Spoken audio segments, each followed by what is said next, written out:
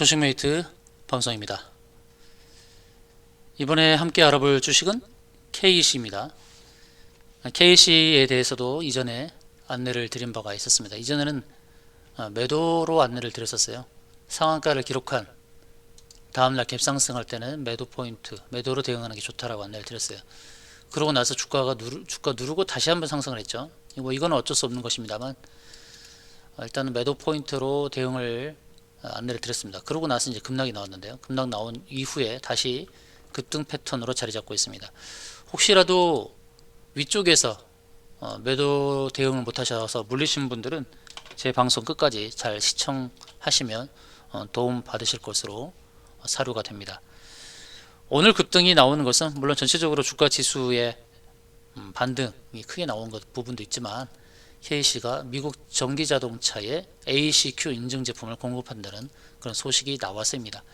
ACQ는 자동차 부품 규격이라 할 수 있습니다. 자동차 부품 규격, 기술력을 인정받았다라고 봐야 되는데요. 테슬라를 먼저 뚫었었죠. 테슬라를 먼저 뚫고 난 다음에 미국 전기자동차 업체에 ACQ 인증 제품을 공급한다라는 내용이 나왔는데요. 미국 전기자동차 업체에 제품 양산 적용되면서 다시 한번 수준 높은 자동차 품질을 검증받았다. 이제 OEM으로 생산되어서 납품을 시작하는데요. KC가 주로 제품을 공급하는 회사는 SUV와 픽업 트럭을 중점적으로 연구 및 생산하는 업체라고 합니다. 자, 이 자동차 전자부품의 규격대로 진행하는, 특히 KC는 전력 반도체의 핵심 종목이라 이렇게 알려지고 있는데, 이전에 제가 안내드렸던 내용, 참고할 내용이 있으니까 좀 함께 살펴보도록 하겠습니다. SiC 기반 전력 반도체 양산을 앞두고 있는 업체가 바로 KC인데요. 테슬라와 이전에 계약을 했고 또 테슬라 관련주로 엮여 있습니다. SiC, 곧 이 실리콘 카바이드 전력 반도체라는 건 뭐냐면 실리콘과 탄소를 결합해 만들어진 복합 반도체 소재입니다. 전력 낭비를 최소화하고 효율 개선을 이끄는 소재라서 전기차의 주행거리를 늘려주는 장점이 있죠. 태양광 인버터에도 쓰이는 소재로 할 수 있겠습니다. 양산 가능 업체는 KC폼에서 2개의 회사밖에 현재 없습니다. 일본의 롬이라는 회사가 이미 양산을 시작했고요. KC는 곧 양산을 하게 될 것입니다.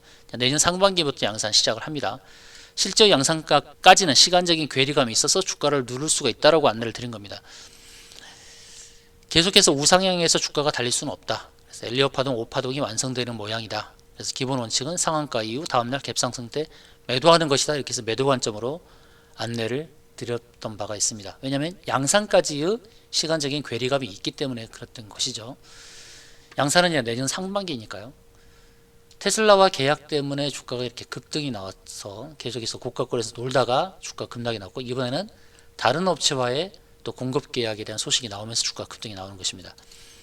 그런데 우리가 이제 기술적으로 봤을 때 유념해야 될 것은 이전에 거래되었던 패턴, 이 거래됐던 패턴, 고가권에 있는 상황에서 주가가 상승으로 가니까 물린 분들이 이제 매도가 나오는 거죠. 이 박스를 보시게 되면 박스 하단에서 매수하신 분들의 매도가 먼저 나오는 것입니다. 그래서 매물에 부딪히는 상황에서 매물이 쏟아지죠.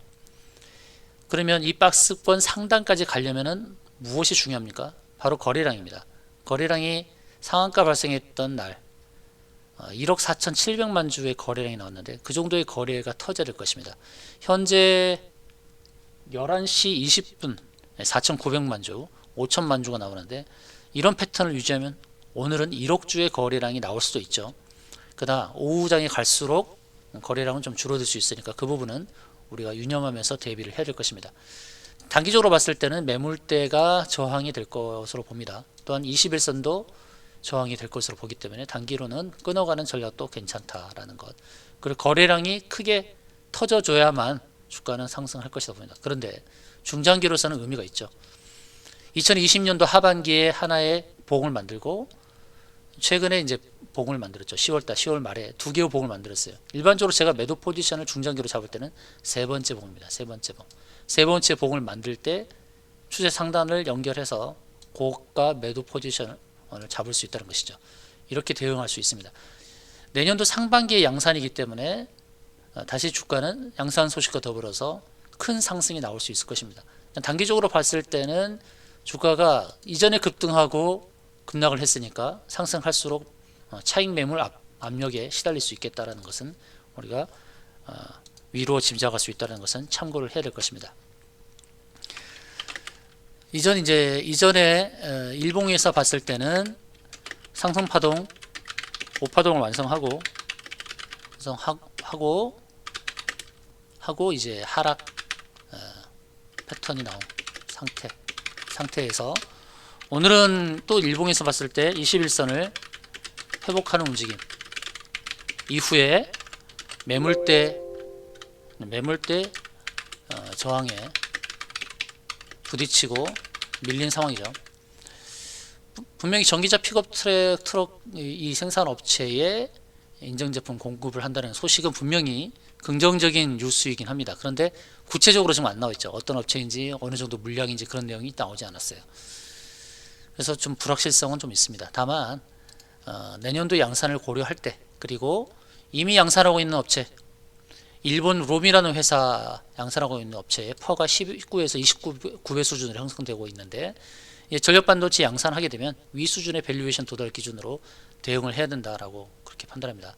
현재 KEC의 현황을 본다 그러면 상반기에 영업이익 100억을 달성을 했고, 그 기준으로 퍼가 10입니다. 저평가되어 있죠. 올해 추정 영업이익은 200억이 넘고 내년에는 300억, 386억 이렇게 늘어납니다. 근데 현재 시총이 4천억밖에 되지 않으니까 저평가되어 있죠. 우리가 주목해야 될 것은 내년에 매출과 영업이익 상황입니다. 현재는 저평가되어 있어요. 그래서 일본에서 양산하고 있는 업체의 기준으로 본다고 했을 때 그래도 퍼 20배 수준으로 형성되어도 된다는 것이죠. 내년도 추정 영업이익이 326억, 후년도 2023년도에 386억의 영업이익을 감안할 때 현 시총 4,200억은 저평가 상황이라는 것이죠. 단기적으로는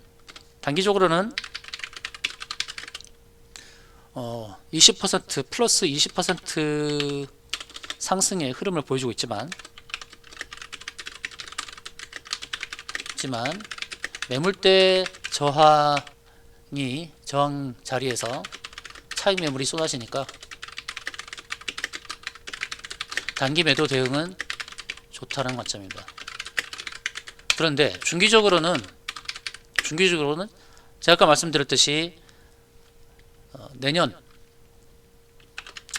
상반기 양산 기준으로 보면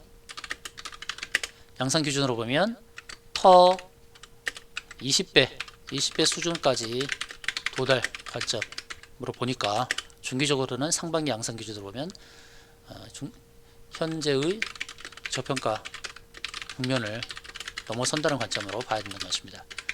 단기적으로는 차익 매물 압력에 시달리기 때문에 현재로서는 매도 대응이 좋지만, 중기적으로는 내년 상반기 양산 기준으로 봤을 때 퍼 20배 수준까지 도달하는 관점으로 본다. 그래서 현재의 저평가 국면을 넘어선다는 것입니다. 눌림목 공략은 좋죠. 눌림목 공략에 매수는 좋다는 것이죠.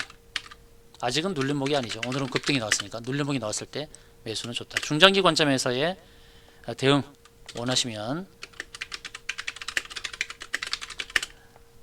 알려드리도록 하겠습니다. 자, KEC 문자 주십시오. 문자 주시면 중장기 관점에서의 대응 방법, 그리고 적절한 매도 포지션, 매도 포인트가 어딘지를 알려드리도록 하겠습니다. 이상으로 방송 마치겠습니다.